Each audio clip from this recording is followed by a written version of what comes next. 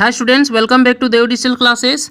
आज हम लोग क्लास 9 से मैथ सब्जेक्ट से सेट 1 को सॉल्व करेंगे। और देखिए यहाँ पर क्वेश्चन का जो माध्यम है वो हिंदी माध्यम है। तो सबसे पहले क्वेश्चन को अंग्रेजी में यानी इंग्लिश में कन्वर्ट करेंगे, ताकि वैसे स्टूडेंट जिसका मीडियम इंग्लिश है मैथ में, तो उनको समझने में काफ़ी ये वीडियो हेल्पफुल होगा। तो चलिए देखते हैं पहला क्वेश्चन क्या है। पहला क्वेश्चन है, निम्नलिखित में से कौन परिमेय संख्या है, यानी कि कौन सा रेशनल नंबर है। तो आपको पता होना चाहिए रेशनल नंबर किसे कहते हैं। तो जिसे हम p/q के रूप में लिख सकते हैं उसे हम रेशनल नंबर कहते हैं। Where q does not equal to 0, तो यहाँ आंसर होगा ऑप्शन ए 3। क्यों? क्योंकि 3 को लिख सकते हैं 3/1, यानी कि यहाँ पर हो गया p हमारा 3 और q हमारा हो गया 1, तो 3 हमारा रेशनल नंबर है।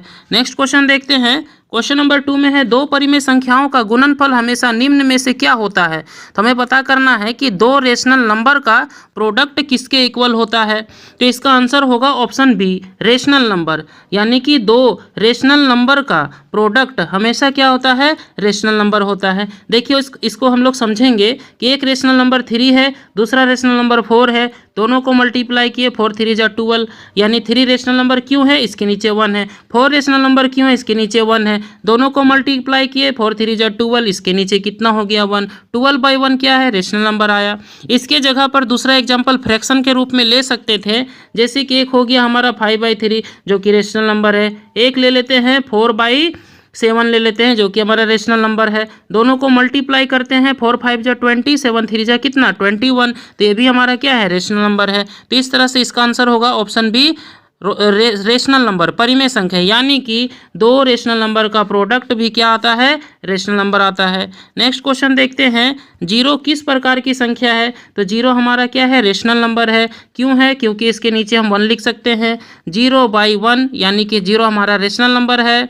1 के बारे में हम क्या कहेंगे कि ये हमारा क्यू है, यानी where q does not equal to 0। ठीक है, तो यहाँ 0 हमारा हो गया रेशनल नंबर। तो इस तरह से इसका आंसर होगा ऑप्शन डी। नेक्स्ट क्वेश्चन देखते हैं। क्वेश्चन है, प्रत्येक परिमेय संख्या है, यानी आपको इच रेशनल नंबर के बारे में पता करना है कि रेशनल नंबर को हम क्या कहेंगे। इनमें से ऑप्शन दिया हुआ है, 4 ऑप्शन है, पता करना है कि रेशनल नंबर को और क्या कहेंगे। तो देखिए, क्या रेशनल नंबर को पूर्ण संख्या कहेंगे, प्राकृतिक संख्या कहेंगे, या अपरिमेय संख्या कहेंगे, या वास्तविक संख्या कहेंगे। मतलब पूर्ण संख्या का मतलब होल नंबर, प्राकृतिक संख्या का मतलब हो गया नेचुरल नंबर, अपरिमेय इरेशनल, वास्तविक संख्या रियल नंबर। तो देखते हैं इनमें से कौन आंसर होगा। तो परिमेय संख्या मतलब रेशनल नंबर, तो क्या 0 रेशनल नंबर है, तो है, क्योंकि 0/1 है। अब उसके बाद देखते हैं 1 क्या रेशनल नंबर है, तो हाँ है। क्यों है? क्योंकि इसके नीचे 1 है। ठीक है, तो उसके बाद एक फ्रैक्शन में ले लेते हैं 5/3, क्या ये रेशनल नंबर है, तो रेशनल नंबर है, क्योंकि ये बाई में है, p/q के रूप में। अब इन सब के बारे में देखते हैं, सारा समूह को एक साथ देखेंगे। तो 0 हमारा क्या है, होल नंबर है। 1 क्या है, नेचुरल नंबर है। और 5/3 क्या है, 5/3 फ्रैक्शन में है, और ये हमारा रेशनल नंबर तो है ही, यानी सभी का सभी रेशनल नंबर है। ठीक है, कुछ फ्रैक्शन में है और कोई होल नंबर है, कोई नेचुरल नंबर है। तो इस तरह से सभी नंबर को हम क्या कह सकते हैं, वास्तविक संख्या, यानी कि क्या कहेंगे, इसको कहेंगे रियल नंबर। इस तरह से इसका आंसर होगा ऑप्शन डी। ठीक है, नेक्स्ट क्वेश्चन देखते हैं। क्वेश्चन है, 3 तथा 4 के बीच निम्न में से कौन सी परिमेय संख्या है। तो आपको पता करना है कि 3 और 4 जो है, 3 और 4, इसके बीच में कितना रेशनल नंबर है। तो एक तो सिंपल तरीका है, दोनों को जोड़ करके 2 से डिवाइड कर देंगे तो कितना आएगा, 7/2। लेकिन 7/2 यहाँ ऑप्शन में कहीं नहीं दिख रहा है, तो हम क्या करेंगे, एक दूसरा तरीका है। चलिए हम ऑप्शन लेकर बनाते हैं। तो ऑप्शन लेकर क्या करते हैं, देखिए 3 और 4 के बीच में हमें रेशनल नंबर पता करना है। तो यहाँ पर देखिए सबसे पहले दिया है ऑप्शन ए में 2π, तो पाई हमारा क्या है, इरेशनल नंबर है, और इरेशनल नंबर के साथ 2 मल्टीप्लाई किया गया है, यानी 2 हमारा रेशनल है, और पाई क्या है, इरेशनल। तो इरेशनल को रेशनल से मल्टीप्लाई करेंगे तो रिजल्ट हमारा इरेशनल होगा। ये तो आंसर नहीं होगा। उसके बाद पता करना है 10/3, तो 10/3 को देखते हैं। तो अगर 10 को 3 से डिवाइड करते हैं तो आंसर 3 पॉइंट कुछ आएगा। ठीक है, यानी कि ये जो है 3 और 4 के बीच में आ रहा है। ऑप्शन सी को देखते हैं, तो 15 क्या है, 15/7 है। 15 को 7 से डिवाइड करेंगे तो 2 पॉइंट कुछ आएगा। उसके बाद अगर ऑप्शन डी में देखेंगे, 11 को 4 से डिवाइड करते हैं तो इसमें भी 2 पॉइंट समथिंग आएगा कुछ। ठीक है, तो इस तरह से इसका आंसर क्या आएगा, तो ऑप्शन बी, यानी कि क्या होगा, 10/3। 10/3 जो एक ऐसा रेशनल नंबर है जो 3/3 और 3 और 4 के बीच में है, 3 और 4 के बीच में आने वाली ये क्या है, परिमेय संख्या यानी रेशनल नंबर। इस तरह से क्वेश्चन नंबर 5 का आंसर होगा ऑप्शन बी। नेक्स्ट क्वेश्चन देखते हैं। क्वेश्चन नंबर 6 क्या कहता है कि यदि 64 पर पावर x इक्वल टू 8 है तो x का वैल्यू फाइंड करना है। बहुत ही सिंपल क्वेश्चन है। क्या हम इसको लिख सकते हैं 64 को 8 का स्क्वायर, और बाहर में पहले से पावर है x, तो आपको पता होना चाहिए पावर से पावर क्या होता है, मल्टीप्लाई होता है। 2 को x से मल्टीप्लाई करेंगे 2x, और इधर है 8 पर पावर क्या लिख सकते हैं 1। देखिए बीच में इक्वल है तो इधर भी बेस सेम, बेस दोनों तरफ का क्या है सेम है, तो पावर भी इस कंडीशन में सेम होगा, यानी 2x इक्वल टू क्या कहेंगे 2x इक्वल टू कहेंगे 1, तो यहाँ से x का वैल्यू क्या निकलेगा 1/2। तो इस तरह से इसका आंसर होगा ऑप्शन ए 1/2। नेक्स्ट क्वेश्चन देखते हैं। क्वेश्चन नंबर 7 में क्या है, इनमें से कौन एक चर वाला बहुपद है। आपको पता करना है 1 वेरिएबल वाला पोलिनोमियल।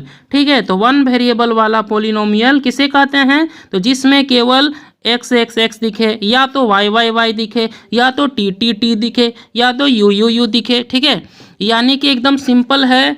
तो देखिए यहाँ पर ऑप्शन बी जो है, यहाँ पर देखिएगा तो केवल x दिख रहा है ना, यानी वेरिएबल सेम होना चाहिए, चाहे केवल x हो, चाहे टी हो, चाहे केवल u हो, चाहे जितना भी अल्फ़ाबेटिकल है कुछ भी हो सकता है। ठीक है, इस तरह से इसका आंसर होगा ऑप्शन बी। ये जो दिया हुआ है वो एक चर वाला बहुपद है।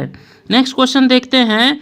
क्वेश्चन नंबर 8 में बहुपद 2x + 6 का शून्यक पता करना है, यानी आपके पास एक पोलिनोमियल है, इसका हमें क्या पता करना है, जीरोस फाइंड करना है। तो जीरो कैसे फाइंड करेंगे, तो 2x + 6 = 0 लिखते हैं। तो यहाँ से x का वैल्यू क्या निकलेगा, तो 6 उधर जाएगा तो -2 × में x के साथ, तो डिवाइड में 2 3 जा 6, यानी x का वैल्यू क्या निकला -3 निकला। इस तरह से इसका आंसर होगा ऑप्शन बी -3। देखिए इसका आंसर होगा ऑप्शन बी -3।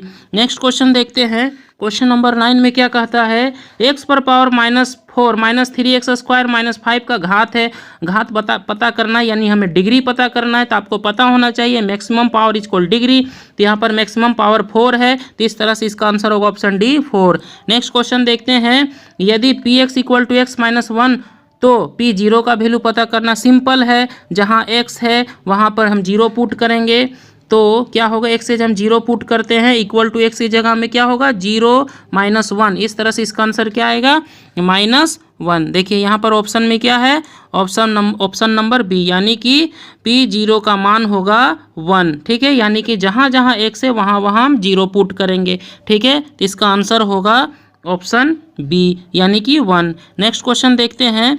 क्वेश्चन नंबर 11 में है 2x³ - 5x² - x + 3 में x² का कोफिशिएंट यानी गुणांक पता करना है।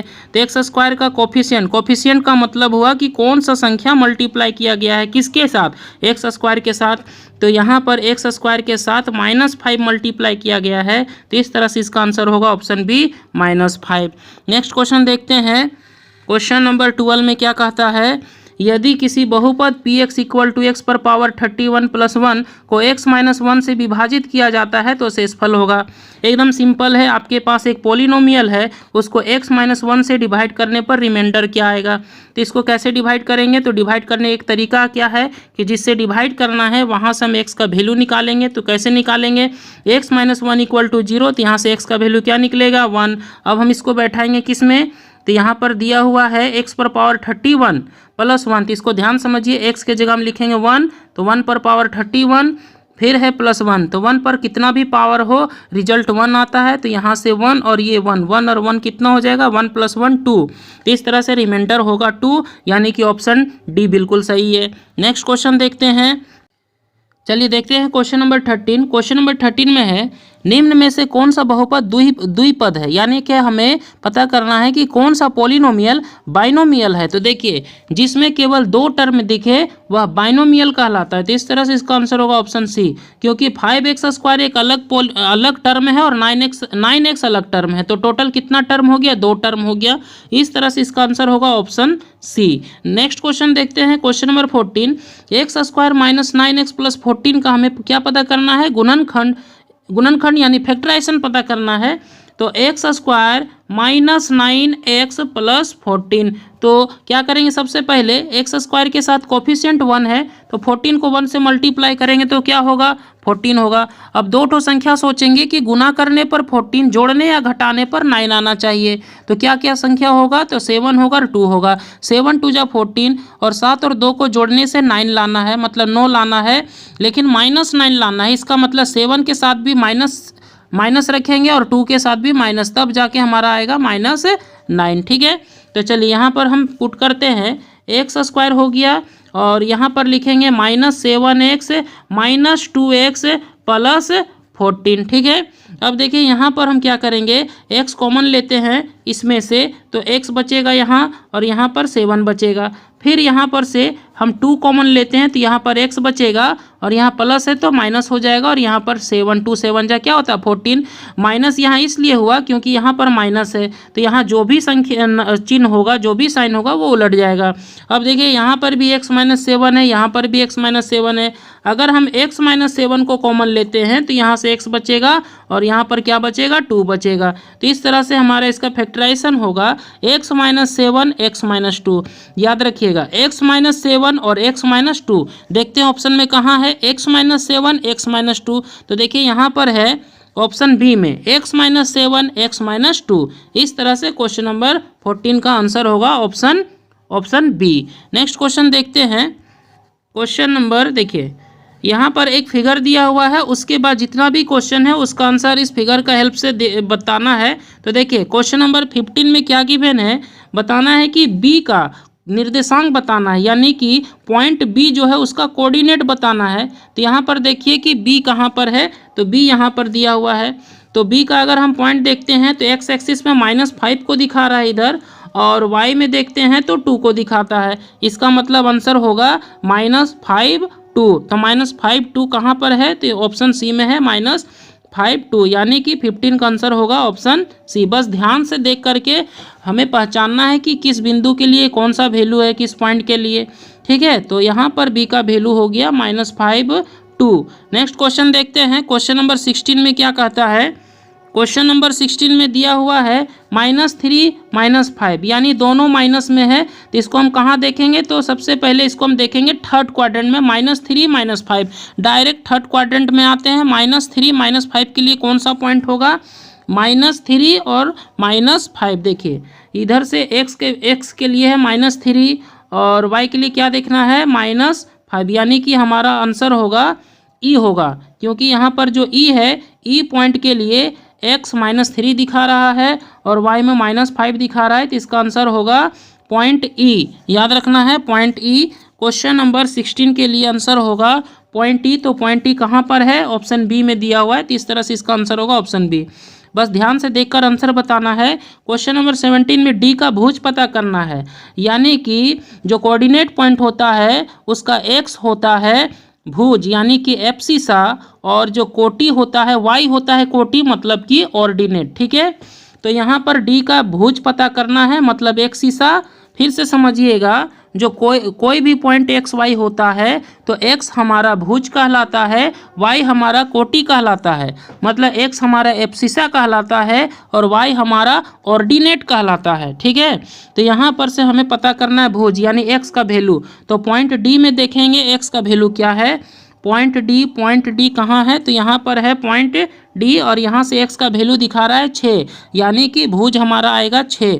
देखते हैं क्या दिया हुआ क्वेश्चन नंबर 17 में 6, यानी कि क्वेश्चन नंबर 17 का होगा आंसर 6, यानी कि ऑप्शन ए। नेक्स्ट क्वेश्चन देखते हैं। क्वेश्चन नंबर 18 में कहता है बिंदु एच की कोटि है, यानी हमें इस बार क्या पता करना है, ऑर्डिनेट, यानी कि वाई का वैल्यू पता करना है। तो एच में देखते हैं कि जो पॉइंट बन रहा है वहाँ वाई का वैल्यू क्या है, पॉइंट एच में देखते हैं वाई का वैल्यू। एच कहाँ है, देखिए तो इसमें एच कहाँ पर है, यहाँ पर एच है, तो इसमें एच का वैल्यू, एच में क्या देखना, वाई का वैल्यू। तो यहाँ पर देखिए वाई का वैल्यू दिखा रहा -3, यानी कि इसका आंसर होगा -3। एच के लिए होगा -3। देखते हैं क्वेश्चन नंबर 18, एच के लिए होगा -3। -3 कहाँ पर है, ऑप्शन बी कोटि। यानी कि कोटि को कहते हैं ऑर्डिनेट, यानी एच पॉइंट एच के लिए जो ऑर्डिनेट होगा यानी कि आंसर होगा -3। नेक्स्ट क्वेश्चन देखते हैं, क्वेश्चन नंबर 19 है, बिंदु एम का निर्देशांक पता करना है। इस बार हमें कोऑर्डिनेट पॉइंट ही पता करना है, कोऑर्डिनेट पता करना है एम के लिए, पॉइंट एम के लिए। तो देखते हैं एम में, देखते हैं क्या दिया हुआ है पॉइंट एम के लिए एक्स और वाई का वैल्यू। तो यहाँ पर एम कहाँ पर है, तो देखिए ध्यान से समझिएगा कि एम हमारा यहाँ पर है, एक्स एक्सिस में ही है। अगर एक्स एक्सिस में कोई पॉइंट है यानी एक्स तो कुछ है लेकिन वाई कन्फर्म है कि 0 होगा, ठीक है। तो यहाँ पर से -3 निकलेगा एक्स का वैल्यू और वाई मेरा 0, यानी एम के लिए जो पॉइंट बनेगा वो -3 बनेगा और 0 बनेगा। देखिए एम के लिए -3 0, इसको याद करना है, -3 0 एम के लिए -30। चलिए देखते हैं ऑप्शन में कहाँ है -30, तो यहाँ पर दिया हुआ है ऑप्शन बी -30। इस तरह से क्वेश्चन नंबर 19 का होगा ऑप्शन बी -30। नेक्स्ट क्वेश्चन देखते हैं, क्वेश्चन नंबर 20 में क्या कहता है, एक्स अक्ष और वाई अक्ष के कटान बिंदु को क्या कहते हैं। देखिए यहाँ पर एक्स एक्सिस और वाई एक्सिस जिस पॉइंट पर इंटरसेक्ट करते हैं उसको क्या कहते हैं, तो उसको कहते हैं मूल बिंदु यानी कि ओरिजिन, ठीक है। नेक्स्ट क्वेश्चन देखते हैं, क्वेश्चन नंबर 21। क्वेश्चन नंबर 21 में है, यदि 2 जीरो रैखिक समीकरण 2x + 3y = k का एक हल है तो k का मान पता करना है। यानी कि यहाँ से देखिएगा बिल्कुल सिंपल क्वेश्चन है, यहाँ पर से x का वैल्यू 2 है और y का वैल्यू क्या है 0 है। तो x का वैल्यू 2 और y का वैल्यू 0 को इसमें हम पुट करेंगे तो यहाँ से k का वैल्यू निकलेगा। देखिए 2x + 3y = k है, 2 इंटू एक्स के जगह पर क्या होगा 2, क्योंकि यहाँ से देख सकते हैं x का वैल्यू 2 है, यहाँ पर x का वैल्यू 2 है, फिर +3 इंटू वाई का वैल्यू क्या होगा तो 0 होगा, = कितना हो जाएगा k। तो यहाँ से क्या निकलेगा 2 2 जा 4 और ये हमारा क्या हो जाएगा 0, यानी कि यहाँ से हमारा k का वैल्यू क्या निकलेगा 4। तो इस तरह से इसका आंसर होगा ऑप्शन ए, 21 का ऑप्शन ए। देखिए क्या है 21 का ऑप्शन ए, ठीक है। नेक्स्ट क्वेश्चन देखते हैं, क्वेश्चन नंबर 22 में दो चर वाले रैखिक समीकरण का मानक रूप होता है। तो देखिए हमें क्या पता करना है, यहाँ पर जो लीनियर इक्वेशन होता है 2 वेरिएबल वाला लीनियर इक्वेशन, उसका स्टैंडर्ड फॉर्म क्या होता है, तो इसका आंसर होगा option B, ax + by + c = 0। बिल्कुल सिंपल क्वेश्चन था, हमें पता करना था लीनियर इक्वेशन का जो स्टैंडर्ड फॉर्म होता है वो क्या होता है। तो इस तरह से इसका आंसर होगा ऑप्शन बी। नेक्स्ट क्वेश्चन देखते हैं, क्वेश्चन नंबर 23 में देखते हैं कि 2 चर वाले रैखिक समीकरण का एक ग्राफ प्रदर्शित करता है। यानी कि 2 वेरिएबल वाला लीनियर इक्वेशन जो है वो जो ग्राफ बनाता है वो कैसा बनाता है, तो वो क्या देता है, एक स्ट्रेट लाइन देता है, एक सरल रेखा देता है। आप लोग ग्राफ बनाए भी होंगे तो कैसा निकलता है, स्ट्रेट लाइन निकलता है। इस तरह से इसका आंसर होगा ऑप्शन ए। नेक्स्ट क्वेश्चन देखते हैं, क्वेश्चन नंबर 24, x = 5 है, y = 2 है, निम्नलिखित में से किस रैखिक समीकरण का हल है। यानी कि x का वैल्यू और y का वैल्यू हम पुट करके देखेंगे, अगर LHS और RHS सेम आता है इसका मतलब है कि x और y का जो वैल्यू है उस रैखिक समीकरण के लिए यानी उस लीनियर इक्वेशन के लिए सॉल्यूशन है।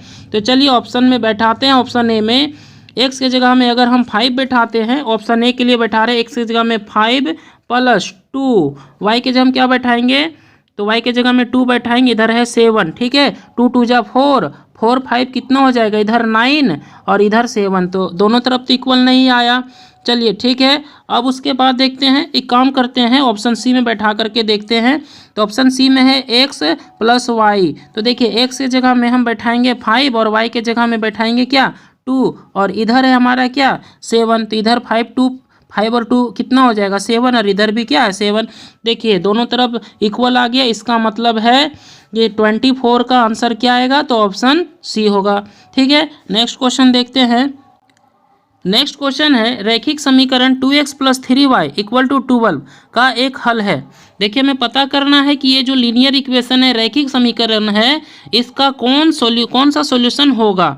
तो देखिए हमें यहाँ पर वैल्यू पुट करके देखना पड़ेगा। तो देखिए हम डायरेक्ट पुट करते हैं ऑप्शन बी, तो ऑप्शन बी में है 3 और 2, इसका मतलब हुआ कि x का वैल्यू कितना है, x का वैल्यू 3 है और y का वैल्यू कितना है, y का वैल्यू 2 है। अगर हम इसमें पुट करते हैं तो 2 x की जगह पर क्या पुट करेंगे 3, 2 × 3 प्लस फिर है 3 इंटू वाई हो जाएगा, वाई का जगह में क्या पुट करेंगे 2, और इधर कितना है 12 है, तो इधर हो गया 3 2 जा 6, 3 2 जा 6, 6 और 6 कितना हो जाएगा 12, इधर भी 12 और इधर भी 12, दोनों तरफ सेम आ गया। तो हम कह सकते हैं कि क्वेश्चन नंबर 25 के लिए ऑप्शन बी जो है इस लीनियर इक्वेशन के लिए एक सॉल्यूशन है। ठीक है, नेक्स्ट क्वेश्चन देखते हैं।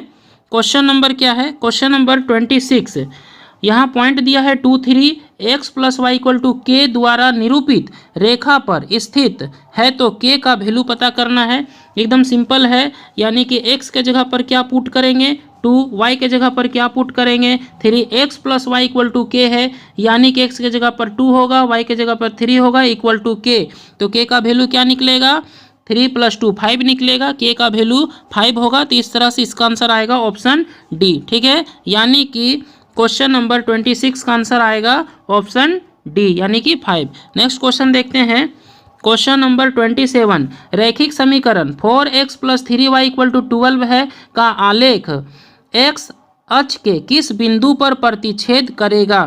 देखिए यहाँ पर कहता है कि 4x + 3y equal to 12 given है, तो हमें पता करना है कि ये जो इक्वेशन है इसके द्वारा जो लाइन होगा, यहाँ पर कह दिया है स्पष्ट रूप से कि ये जो है एक्स एक्सिस को काटता है, तो एक्स एक्सिस को अगर कोई काटेगा यानी कि उस कटान बिंदु पर एक्स का वैल्यू क्या होगा, एक्स का वैल्यू कुछ तो होगा, लेकिन y का वैल्यू कन्फर्म है कि क्या होगा 0।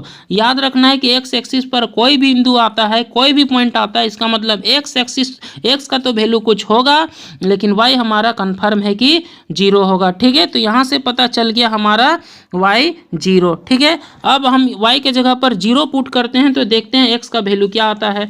देखिए हम यहीं से सोल्व करने का कोशिश करते हैं।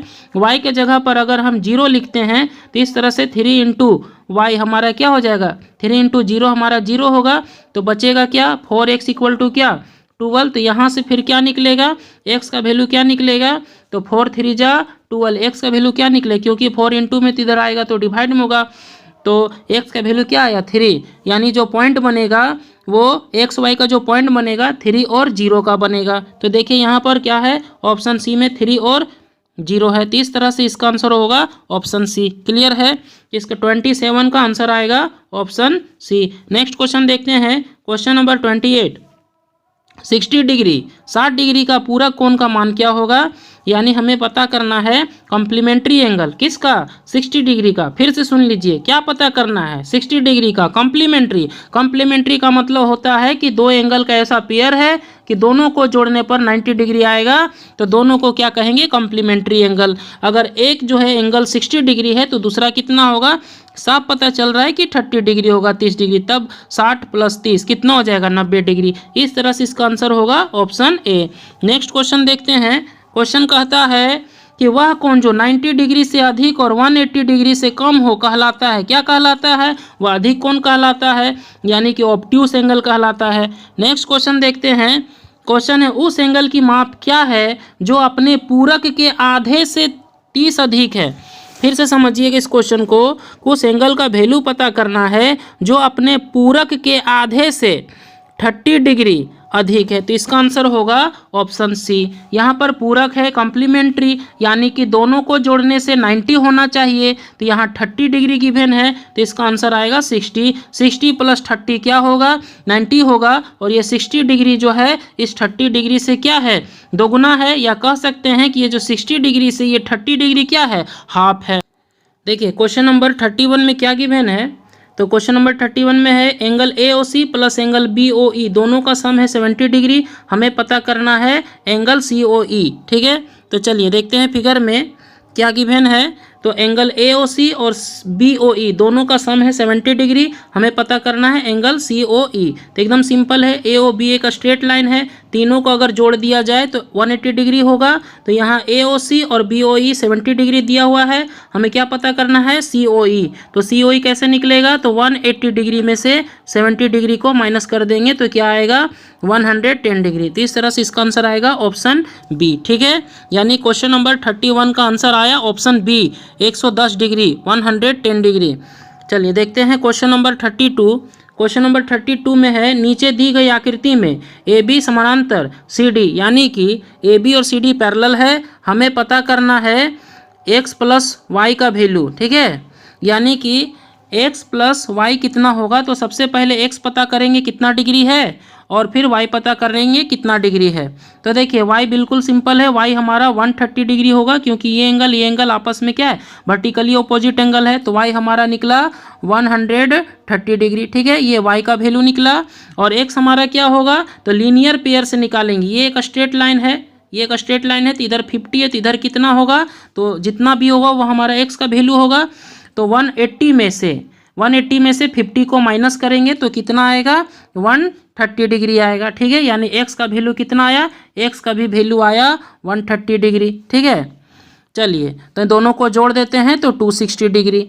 क्लियर हो गया, तो इसका आंसर होगा ऑप्शन डी। या फिर और एक तरीका है समझने का, क्या है देखिए, अगर हमें y पता चल गया 130 डिग्री है, तो चूंकि AB और CD आपस में पैरेलल है तो x और y आपस में क्या होगा, इक्वल अल्टरनेट एंगल, ठीक है, तो x भी 130 हो गया, y भी 130 हो गया, तो दोनों को सम करेंगे तो कितना आएगा, 260 डिग्री। इस तरह से इसका आंसर होगा ऑप्शन डी। नेक्स्ट क्वेश्चन देखते हैं, क्वेश्चन नंबर क्या है, क्वेश्चन नंबर 33, त्रिभुज के तीनों कोणों का योग कितना होता है। बिल्कुल सिंपल क्वेश्चन है, त्रिभुज के तीनों कोणों का योग यानी सम कितना होता है, किसी भी ट्रायंगल का तीनों एंगल का सम कितना होता है, तो इसका आंसर होगा ऑप्शन बी। नेक्स्ट क्वेश्चन देखते हैं, क्वेश्चन नंबर 34, किसी त्रिभुज में अधिक से अधिक कितने समकोण हो सकते हैं। किसी त्रिभुज में अधिक से अधिक कितना राइट एंगल हो सकता है, तो कितना राइट एंगल हो सकता है, अधिक से अधिक केवल एक होगा, यानी किसी भी त्रिभुज में एक ही 90 डिग्री होगा,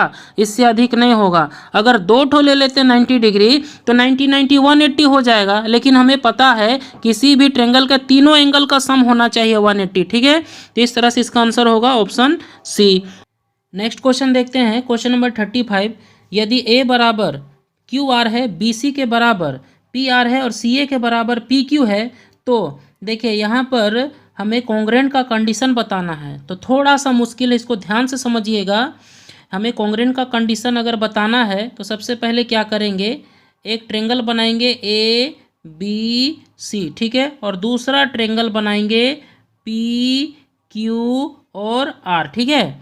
अब यहाँ पर दिया है ए बी के बराबर क्यू आर, तो ए बी के बराबर हो गया क्यू आर, और फिर दिया हुआ है बी सी के बराबर पी आर, बी सी के बराबर दिया हुआ है पी आर, और उसके बाद दिया हुआ है ए सी ए या फिर ए सी के बराबर दिया हुआ है पी क्यू, सी ए के बराबर दिया हुआ है क्या, पी क्यू, ठीक है।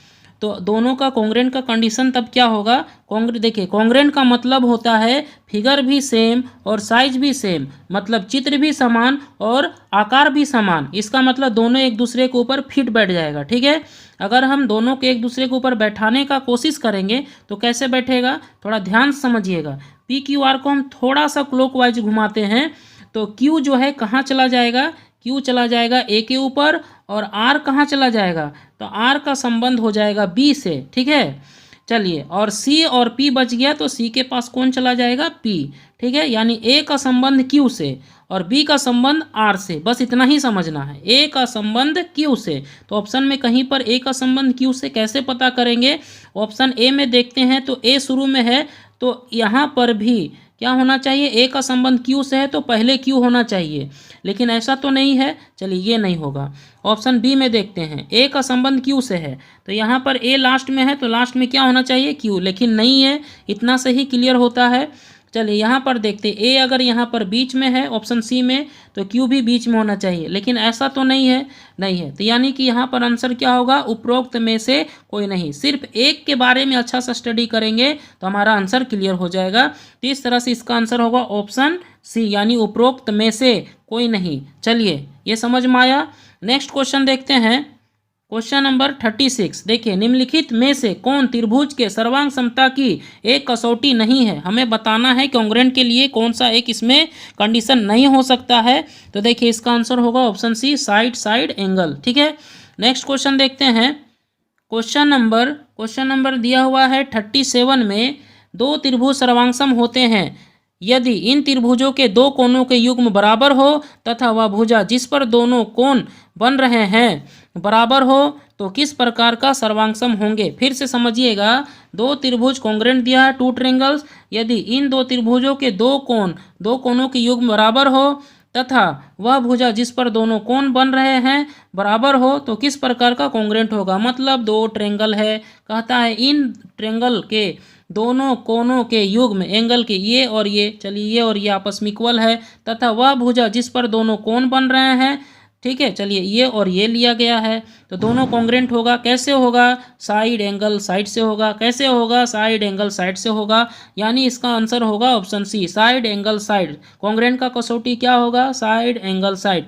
नेक्स्ट क्वेश्चन देखते हैं, क्वेश्चन नंबर है 38 में क्या कहता है, समबाहु त्रिभुज का प्रत्येक कोण होता है, यानी इक्विलेटरल ट्रायंगल का ईच एंगल कितना डिग्री होता है, 60 डिग्री। बहुत ही सिंपल क्वेश्चन है।